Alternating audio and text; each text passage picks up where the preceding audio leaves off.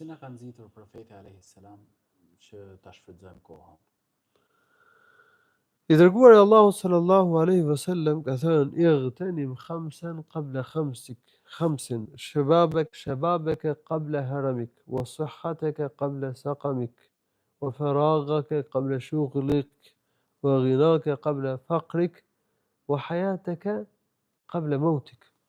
Thotë shfrytëzoj 5 gjëra para se të vinë 5 të tjera. Shfrytëzoje kohën e lirë, se do angazhohesh me punë. Shfrytëzoje rinin para se të plakesh. Shfrytëzoje shëndetin se mund të smuresh. Shfrytëzoje pasurinë se mund të bëhesh i varfër.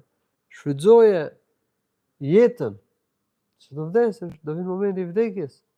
Por profeti sallallahu alaihi wasallam na ka këshilluar, na ka urdhëruar që ne ta shfrytëzojmë kohën, që ne t'i japim rëndësi kohës. Prandaj dhe i dërguar Allahu sallallahu alaihi wasallam falte namaz natën, falte namaz ditën. Profeti sallallahu alaihi wasallam bonte dhikr, këndonte Kur'an, jepte sadaka. Profeti sallallahu alaihi wasallam angazhohej me punë, ishte i përgjegjshëm. Edhe familja e profetit, dhe shokët e profetit, dhe dietarët e ummetit brez pas brezi.